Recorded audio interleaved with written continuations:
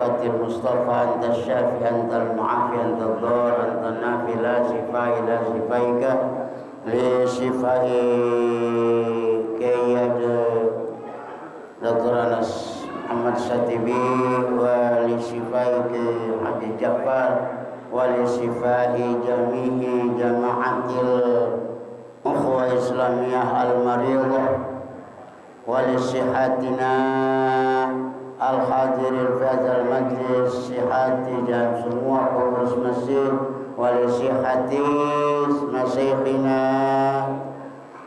Yaji Farah Furqan Ahmad Habibi Zul Hamid wa binyati tulil umri fil ibadah wa ta'ah wa kasrati rizki wa binyati anna Allah yanfa'una ulumana wa binyati anna Allah yahtimu lahum husnul khatimah wa lana wa binyati anna Allah yuqawi imanana wa imana auladina wa azwajina bifadlika wa birahmatika wa jahi nabiyika Muhammadin sallallahu bimujizati suratil Fatihah.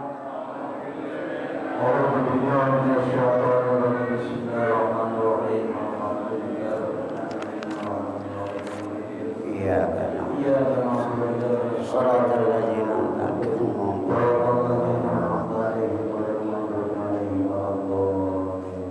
A'udzu billahi minasy syaithanir rajim. Bismillahirrahmanirrahim.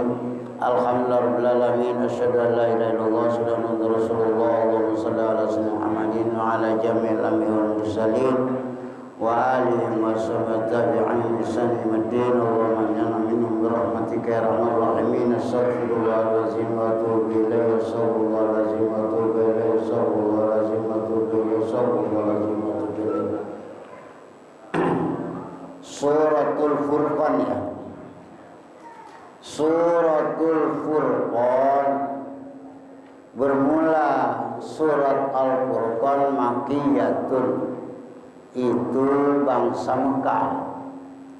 Jadi surat Al-Furqan ini diturunkannya kaum Nabi belum hijrah ke Madinah, masih netap di Mekah.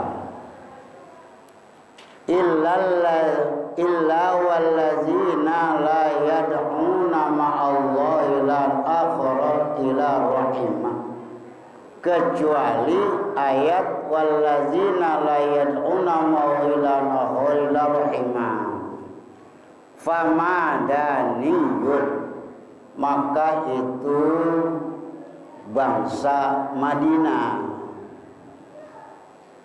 Ayat wallazina la yad'una sampai rahimah ini nyelip di surat Al-Furqan, termasuk ayat Madinah. Wa hiya sab'un wa sab'una ayatan. Surat Al-Furqan itu 7 dan 70 ayat. Surat Al-Furqan ini surat yang maknanya memisahkan hak dan batil, yang hak dan yang batal. Sebab isinya Al-Furqan ini menerangkan hukum ketauhidan. Tauhid. Apa arti tauhid? Tauhid itu kalau kata Syekh Nawawi Tanaramah, ifradul ma'bud bil ibadah ma'atiqadi wahdaniyatihi zatan wa sifatin wa af'alan. Arti tauhid ini mensatukan penyembahan hanyalah kepada Allah, serta kudu yakin waktu kita nyembah Allah bahwa Allah itu esa. Esa dalam arti bukan satu, tetapi Allah tidak terdiri dari unsur yang lain ya. Harus yakin kepada keesaan Allah. Esa apanya? Zatnya, sifatnya dan perbuatannya. Allah Ta'ala Esa, itu namanya tauhid. Nah, surat Al-Furqan ini membicarakan ketauhidan, membicarakan akhlak-akhlak yang mulia, membicarakan kehidupan akhirat. Makanya disebut surat Al-Furqan. Tabaraka wa ta'ala allazi nazzala al-furqan. Maha agung, ta'ala maha bersih, allazi siapa zat yang nazzala menurunkan ya allazi akan Al-Quran.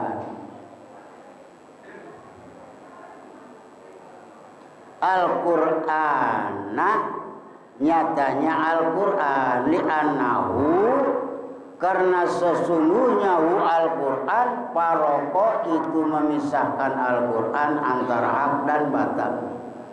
Ala abdihi atas hambanya ya allazi Muhammadin nyatanya Nabi Muhammad.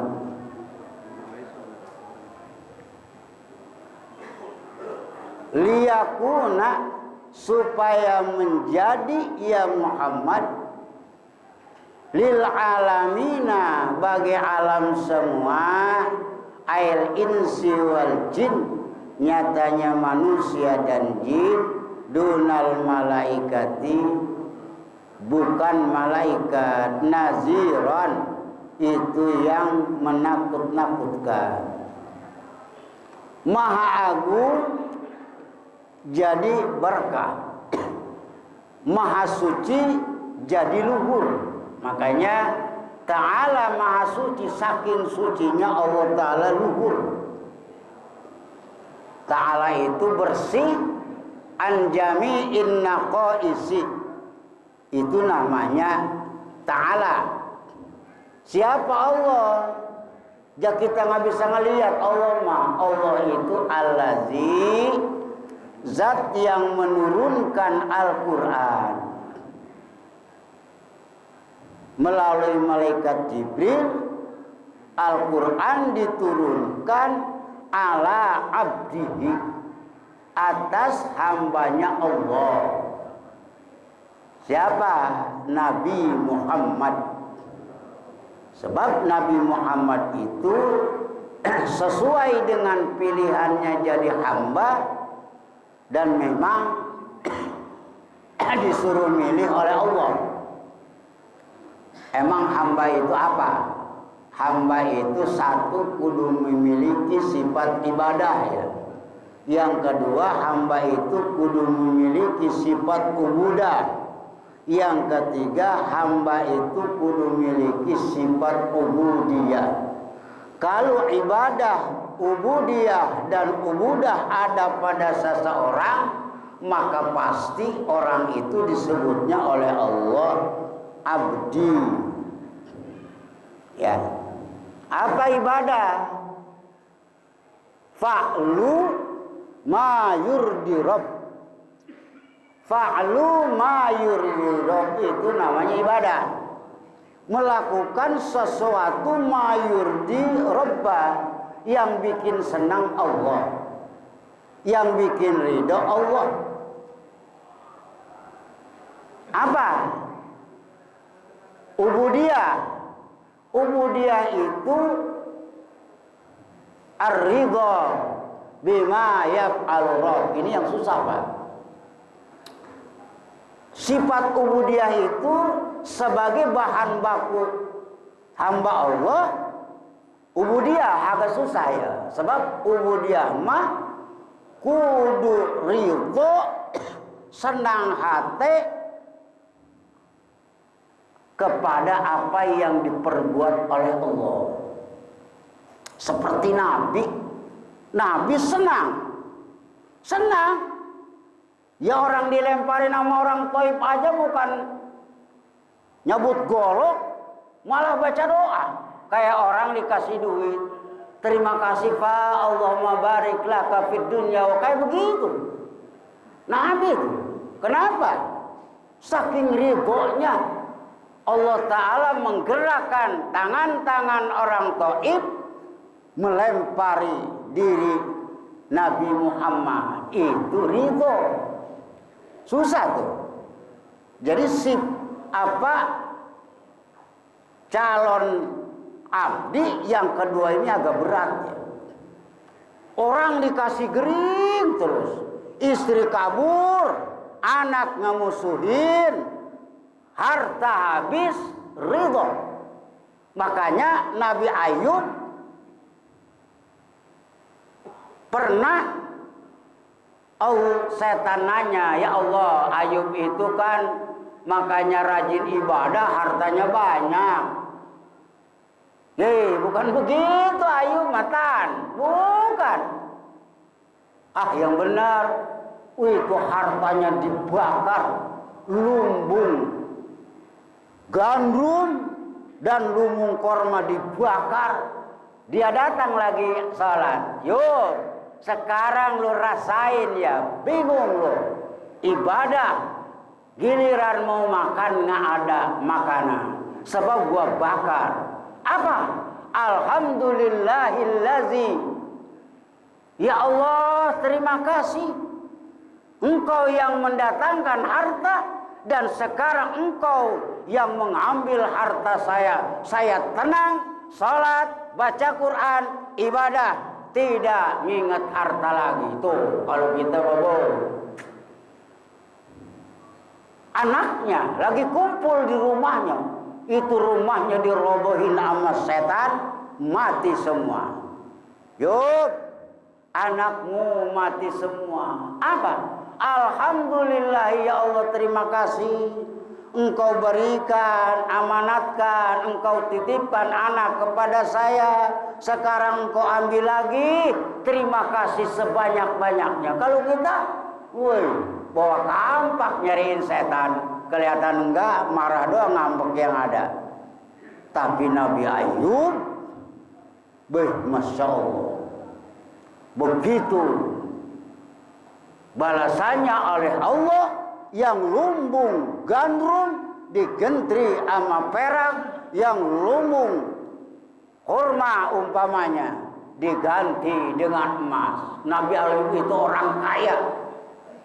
Orang kalau baca doa dia mau langsung emas, nangis, ya Allah, saya baca doa karena perintahmu. Malam yas'alillah yaghdab. Orang yang tidak pernah minta kepada Allah, sombong, asa cukup sendiri, itu yaghdab alaih, Allah Ta'ala bakal nyiksa.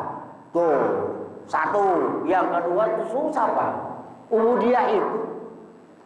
Jadi yang ketiga ubudah. Apa ubudah? Ubudah mah hati kudu mencrong seperti pengantin. 1 jam habis nikah itu si istri nggak kenyang-kenyang ngeliatin muka suaminya. Itu namanya sifat ubudah. Susah. Makanya Nabi Muhammad milih juga sebagai doa, khuyirna an akuna abdan wa an nabiyan wa abdan wa baina an akuna nabiyan wa mulkan. Saya disuruh milih oleh Allah, kata Nabi Muhammad, mau jadi engkau Muhammad Nabi, merangkap hamba, mau jadi Nabi sekaligus raja. Fahtarnan nabiyya wa abdan. Ya Allah, saya memilih jadi Nabi aja, milih hamba aja. Kata Allah, nanti saya proklamirkan, saya ekspos namamu supaya jagat raya ini tahu bahwa kamu adalah hamba Allah. Apa? Subhanallazi asra bi'abdihi. Ini proklamirkan oleh Allah karena Nabi Muhammad milih hamba. Artinya, milih saya mah ya Allah, jadi kiai aja ngurusin ngaji, dibayar atau tidak, nanti juga berkah mah dari Allah. Alhamdulillah Pak, saya di Jakarta ini dari tahun 80 nggak suka ngajar keluar, baru ini. Karena ini Ustaz Jafarnya mudah-mudahan gagah lagi, saya biasa aja ngedengerin apa yang terjadi. Alhamdulillah Pak.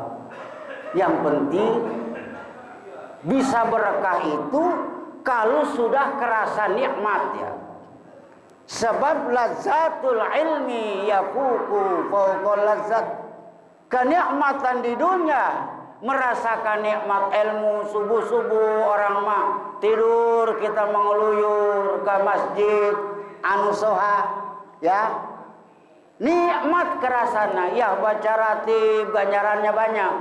Terus ketua ukhuwah ngajak kita niat itikaf, ya kadang-kadang lupa. Nah ini banyak. Terus kita juga dapat sarapan pagi, Masya Allah Pak. Makanya kita kembangkan ukhuwah ini supaya dicintai, insya Allah berkah. Sebab para ulama, para nabi, Imam Syafi'i dari subuh sampai maghrib ngantri itu ngaji doang. Sebab memang itulah pilihan Nabi, nabiyan wa abdan, ngaji ibadah itu pilihan Nabi. Liyakuna, supaya menjadi Al-Quran diturunkan kepada Nabi Muhammad, liyakuna naziran lil alamin, supaya Nabi Muhammad itu jadi nazir. Nabi Muhammad itu supaya jadi orang yang tukang nakut-nakutin kepada orang Mekah, kudu sholat, kalau nggak sholat ke neraka, kudu ngazakat, kalau nggak ngazakat ke neraka, kudu benar baca Quran, kalau nggak benar ke neraka. Itu tugas Nabi. Mukhawifan min azabillah, tapi kepada jin dan manusia tugas Nabi. Dunal malaikati, bukan tugas Nabi nakutin malaikat, sebab malaikat udah taat ya. Tugas Nabi kepada malaikat yang disebut irsalut tasrif ya. Artinya tugas Nabi tugas penghormatan kepada malaikat mah. Sebab tugas Nabi itu 3 ya. Tugasnya 1 irsalut taklif, kunjungan Nabi diutus oleh Allah kepada masyarakat adalah tugasnya pemberian tugas kepada masyarakat. Kudu sholat, kudu puasa. Yang kedua, tugas Nabi diutus Allah irsalut ta'min, kunjungan kesejahteraan. Makanya berjanji bunyi wastajarat ya habibi indaka zabyun nufur. Tuh, minta selamat wahai kekasihku, indaka kepada sandingmu zabyu siapa? Binatang zob. Binatang zob itu yang ditangkap oleh orang Nasrani jam 11 ditangkap. Begitu Nabi Muhammad lewat, ya Muhammad, wahai Muhammad, tolonglah, ada apa Zob? Saya mau netain anak, sedangkan saya ditangkap para orang Nasrani. Tolongin, sungguh saya janji apa? Laknatullah alayya illam ta'ud.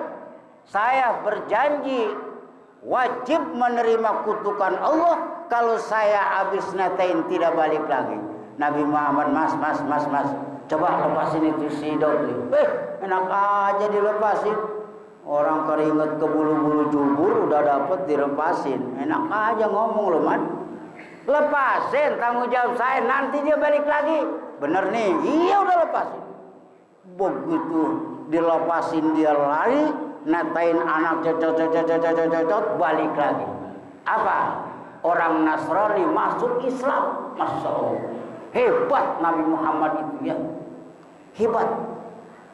Artinya nggak kudu perang, ngelepasin Zob, langsung ada yang masuk Islam.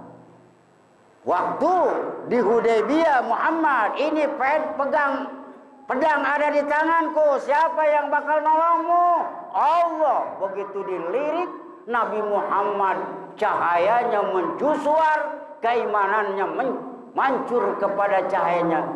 Kerpes lari, lemes, pedang juga lepas. Kata Nabi Muhammad, Kamu sekarang kalau saya marah siapa yang nolong? Asyhadu an la ilaha illallah. Masya Allah.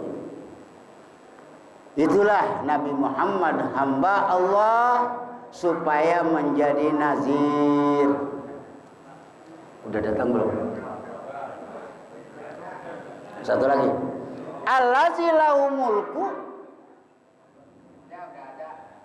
zat yang itu milik bagi allazi bermula kerajaan langit dan bumi, walam yatakhiz, dan tidak membuat ya Allah akan anak, walam yakun lahu syarikun fil mulki, dan tidak jadi, tidak ada itu punya bagi Allah apa persamaan di dalam kerajaan, dan menciptakan Allah akan tiap-tiap sesuatu.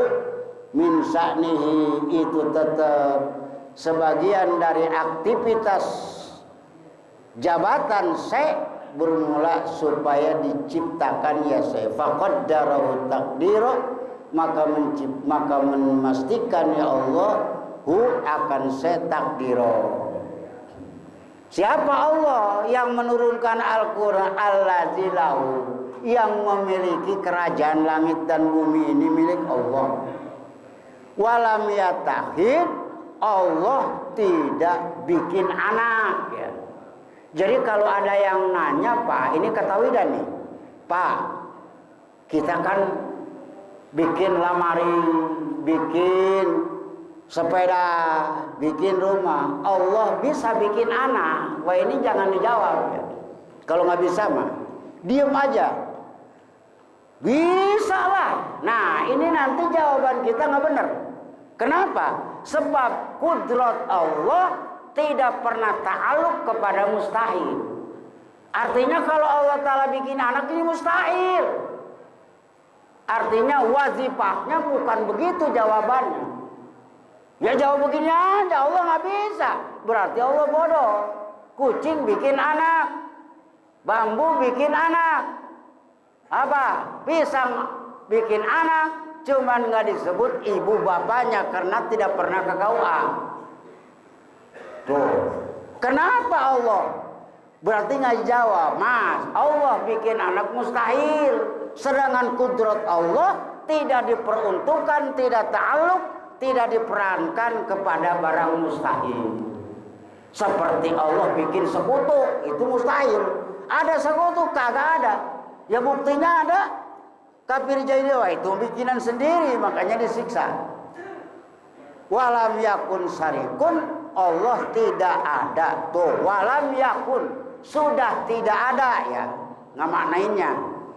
Sudah tidak ada di dunia ini yang bisa dipersamakan dengan Allah disembah di dalam kerajaan. Allah yang menciptakan apa sesuatu sekaligus, faqaddarahu taqdira, diprogramkan oleh Allah dengan program al-azali yang pasti terjadi. Tinggal tunggu apa? Pelaksanaannya aja. Planningnya tetap dipastikan oleh Allah, dan itu pasti. Sebab al-qada'u wal qadar adalah planning Allah dengan kenyataan, itu pasti sejalan seperti huruf E yang ada di mesin tik. Di mesin tik huruf E begitu dipantul peletak di kertasnya nggak bakalan huruf O. Itu namanya qada wal qadar.